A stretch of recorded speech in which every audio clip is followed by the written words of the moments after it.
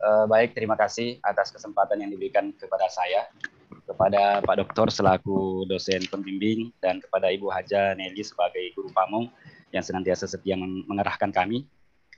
Setelah memuji kepada Allah dan berselawat kepada Nabi kita Muhammad Sallallahu Alaihi Wasallam, izinkan saya, Pak Doktor dan Bu Haja untuk mempresentasikan apa yang dari perangkat yang saya buat dan sudah kirimkan ke LMS. Hanya saja ya saya tidak bisa menampilkan PowerPoint-nya ini. Jadi dari perangkat yang saya buat ini ya ada nama sekolah ya, ada nama sekolah SMA Negeri 2 Mamuju, kemudian ada mata pelajaran ya, ada kelas ya, kemudian ada materi pokok yaitu aku selalu dekat dengan Allah Subhanahu wa taala ya. Dan dalam hal ini pembahasannya adalah Al-Asmaul Husna. Kemudian alokasi waktunya yaitu 3 kali pertemuan. Pada perangkat ini ada kompetensi inti yang kami cantumkan, itu terdiri dari 4 poin. Kemudian ada kompetensi dasar yang terdiri dari 2 poin. Kemudian ada indikator ya, ada indikator yang terdiri dari 7 poin. Kemudian ada tujuan pembelajaran, yang mana pada tujuan pembelajaran ini kami awali dengan kalimat setelah mengikuti proses pembelajaran, peserta didik dapat ya meyakini bahwa Allah Maha Mulia dan seterusnya. Kemudian yang kedua dan seterusnya, yang ketiga dan seterusnya sampai ke yang keempat. Ya. Kemudian masuk pada poin berikutnya itu materi pembelajaran. Ya. Di sini ada 3 ya, yaitu pengertian Asmaul Husna, kemudian dalil-dalil Al-Qur'an tentang Asmaul Husna, kemudian penjelasan Al-Asma'ul Husna. Ya, dalam hal ini ada 7 ya, ada 7 Asmaul Husna yang dibahas. Kemudian metode pembelajaran yaitu pertama pendekatan yaitu scientific dan discovery ya. Kemudian yang kedua adalah model pembelajarannya adalah model puzzle dan role playing. Kemudian adapun metodenya itu tanya jawab, wawancara, diskusi dan bermain peran ya. Kemudian media pembelajaran yang kami butuhkan yaitu worksheet atau lembar kerja siswa ya, dalam hal ini LKPD, kemudian lembar penilaian, kemudian Al-Quran, ya, yang mana untuk LKPD-nya ya kami buatkan dan kami share melalui grup WA yang kami bentuk dengan siswa. Ya, dan juga dalam pembelajaran tatap muka ya kami juga berikan tugas-tugas di situ dan mengerjakannya. Adapun alat bantu, alat atau bahan yang digunakan yang dari penggaris, spidol, papan tulis, laptop dan e-focus. Ya. Kemudian sumber belajarnya ya buku pendidikan agama Islam siswa kelas 10 Kemendikbud. Ya di sini Bu masih menggunakan tahun 2016 dan sudah kami tambahkan dengan buku pendidikan agama Islam dan budi pekerti Kementerian Agama Republik Indonesia edisi perdana Jakarta Kementerian Agama Republik Indonesia tahun 2019. Ya. Dan juga sebenarnya ada kami cantumkan buku referensi yang relevan. Ya, kemudian ada LCD proyektor, ada film tawuran pelajar yang kami tampilkan. Kemudian tafsir Al-Quran dan kitab hadis, kemudian kitab Asbabun Nuzul ya, kitab Asbabun Nuzul dan Asbabul Wurud hadis. Kemudian untuk kegiatan pembelajarannya mulai dari kegiatan pendahuluan ya kami awali ya, saya awali dengan terlebih dahulu melakukan orientasi kepada siswa. Dalam hal ini ya melakukan pembukaan melalui dengan mengawali salam pembuka, ya mengajak siswa untuk mengawali aktivitas dengan memanjatkan syukur kepada Allah dan tidak lupa berdoa ya sebelum pembelajaran dimulai. Ya, kemudian memeriksa kehadiran peserta didik ya sebagai ajakan untuk senantiasa disiplin.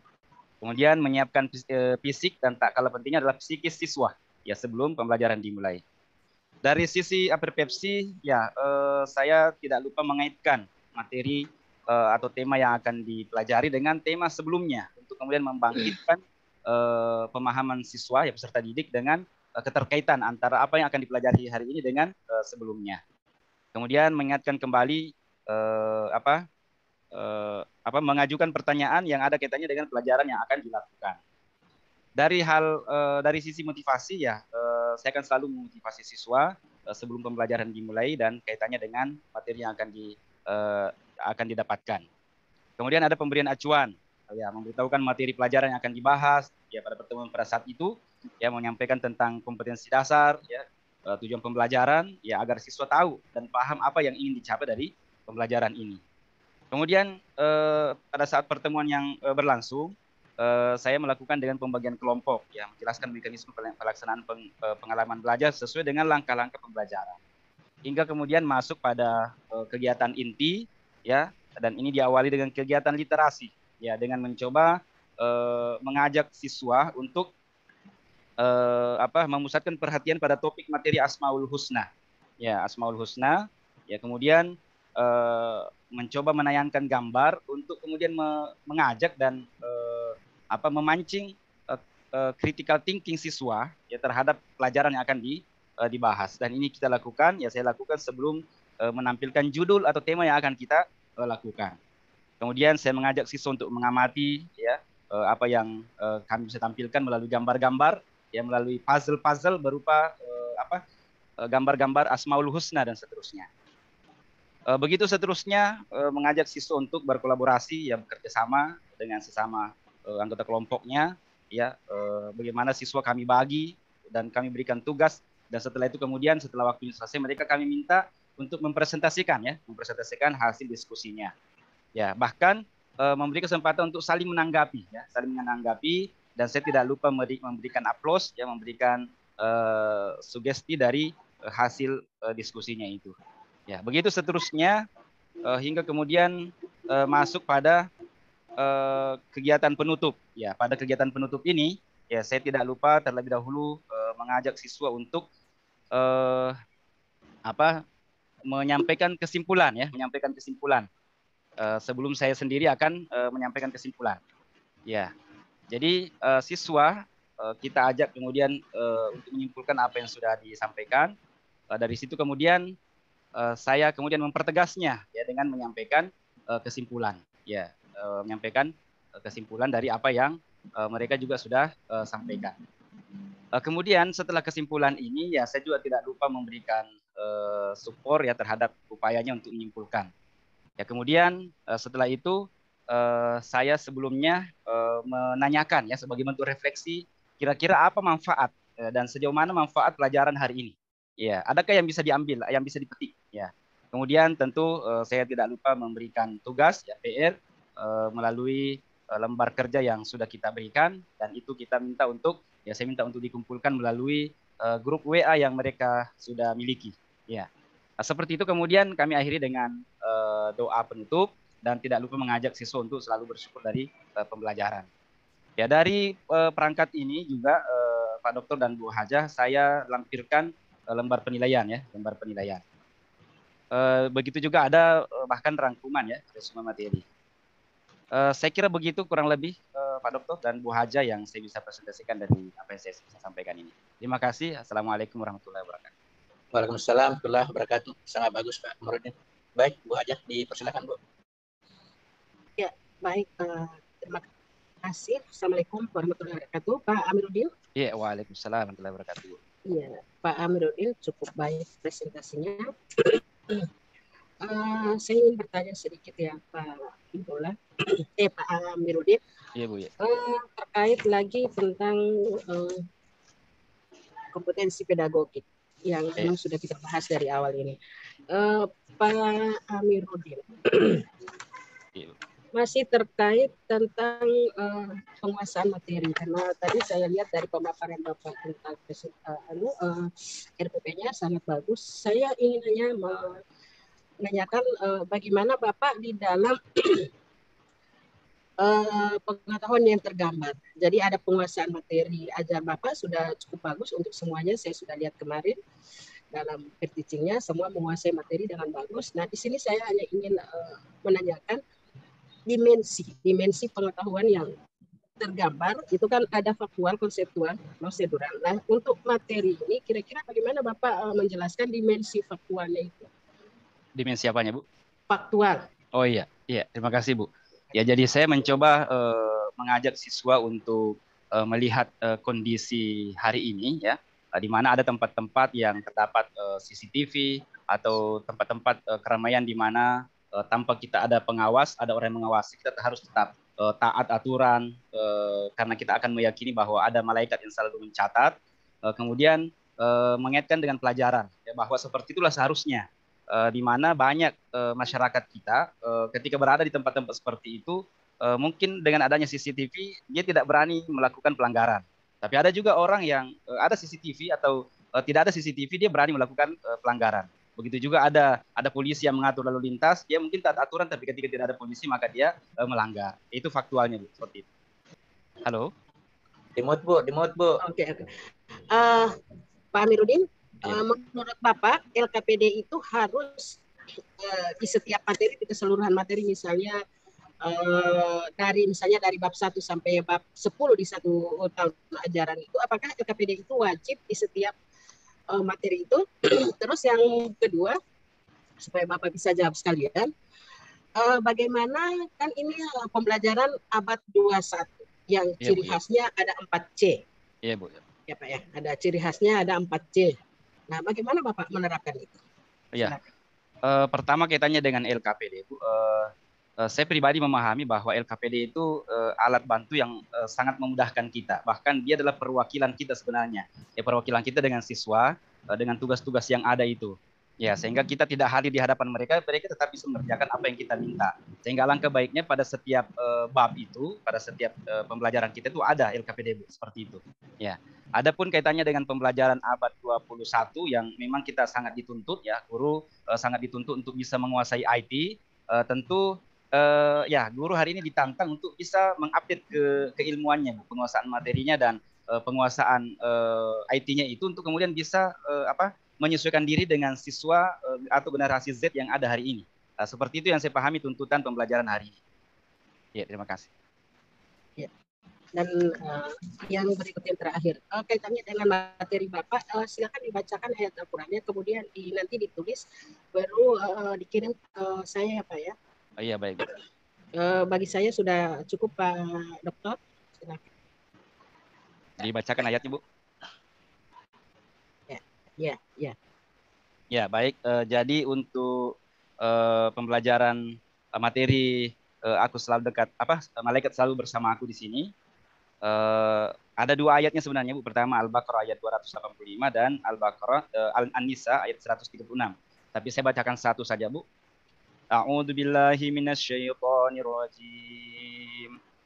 Amanar rasulu bima unzila ilaihi mir rabbih wal mu'minuna kullun amana billahi wa malaikatihi wa kutubihi wa rusulihi la nufarriqu baina ahadin min rusulihi wa qalu sami'na wa ata'na ghufranaka rabbana wa ilaikal masir. Sadaqallahul adzim.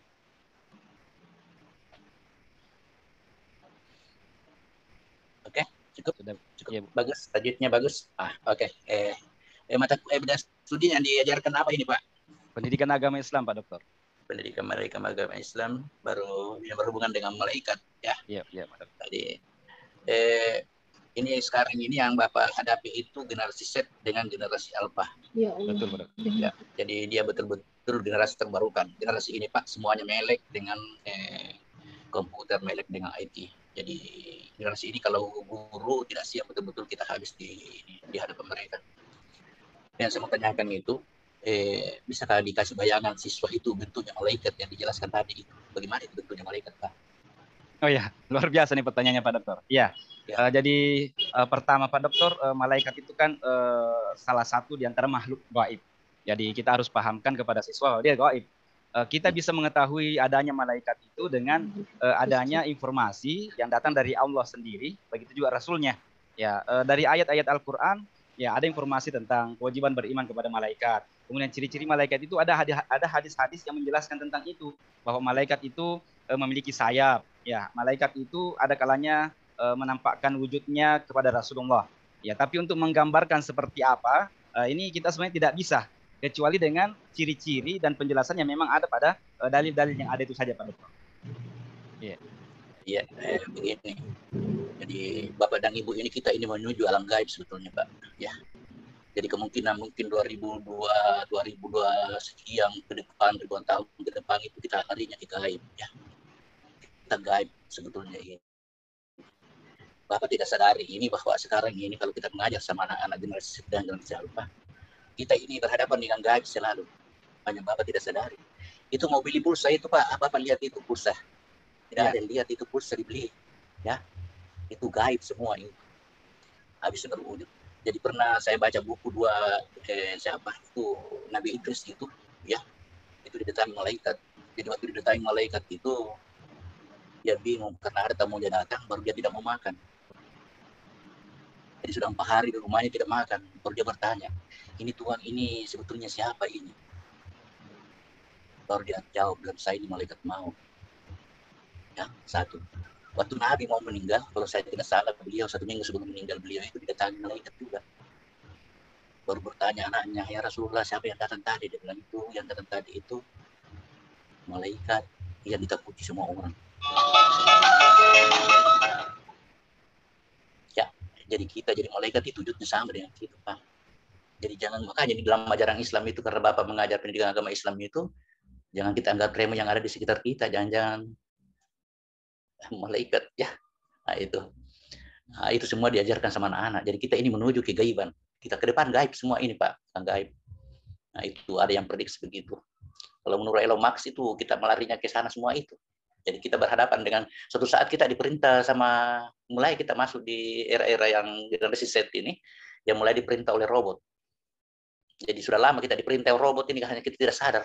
Jadi salah satu itu di lampu merah itu robot yang mengendalikan itu, Pak, kita diperintah itu. Kalau lampu merah berhenti semua, lampu hijau jalan semua, lampu kuning pelan-pelan semua. Nah, itu. Makanya kita harus mengajarkan anak bahwa hal-hal kegaiban itu betul-betul malaikat itu betul-betul ada di sekitar kita. Ya. Nah, itu. Yang saya mau tanyakan sama Bapak, kira-kira apa yang, kalau saya pernah ditanya begini, Pak, sama saya punya siswa, Pak, bisa dibuktikan itu bahwa Allah itu ada? Kalau Pak Komarudin ditanya sama siswanya, kira-kira bisa dibuktikan bahwa Allah itu ada, apa kira-kira jawabannya? Luar biasa nih Pak Dokter. Ya. Tapi bisa saja memang siswa menanyakan begitu Pak Dokter. Ya. Karena ini pertanyaan logika, maka ya pertama saya juga bisa jawab logika Pak Dokter kepada siswa. Ya, meskipun sebenarnya tentang wujudnya Allah itu kan bisa dibuktikan dengan adanya ciptaannya, ya, adanya ciptaannya dan seterusnya, adanya dalil-dalil. Tapi kan ini logika, maka saya bisa buktikan juga dengan mengajak mereka ada tombol saklar listrik yang ada di kelas. Ya, saya bisa matikan lampu dan saya bisa nyalakan kembali. Ya, ketika saya nyalakan, saya tanya ini lampunya menyala kan? Terus saya matikan, saya bertanya lagi, ini mati kan, padam lampunya. Nah, kemudian saya bisa bertanya kepada mereka, ini apa yang membuat dia menyala? Maka pasti mereka mengatakan energi listrik, Pak. Maka saya akan mengatakan, kalian yakin bahwa lampu ini menyala karena ada energi listrik? Nah, kemudian saya bisa tanya lagi, apakah ada di antara kalian yang pernah melihat ada energi listrik? Atau pernah melihat wujudnya energi listrik itu? Ya, maka ya semoga dengan itu saya berharap mereka akan paham bahwa ya tidak semua yang tidak dilihat itu kita katakan bahwa saya tidak ada. Ya, jadi wujudnya Allah itu kemudian saya bisa perkuat dengan dalil-dalil yang ada dan dengan adanya wujud dan ciptaannya. Seperti itu Pak Dokter. Iya, cukup luar biasa Pak Komarudin, masuk akal. Jadi anak-anak itu harus dia begitu Pak, diinjeksi begitu generasi Z supaya dia paham. Karena kalau dia sudah terkontaminasi dengan kemajuan-kemajuan zaman, dia akan lupa dirinya bahwa kita yang diciptakan. Ya, oke, saya kira itu Pak Komar. Untuk selanjutnya mungkin kalau sudah ini ayatnya itu di share sama Ibu Haja ya.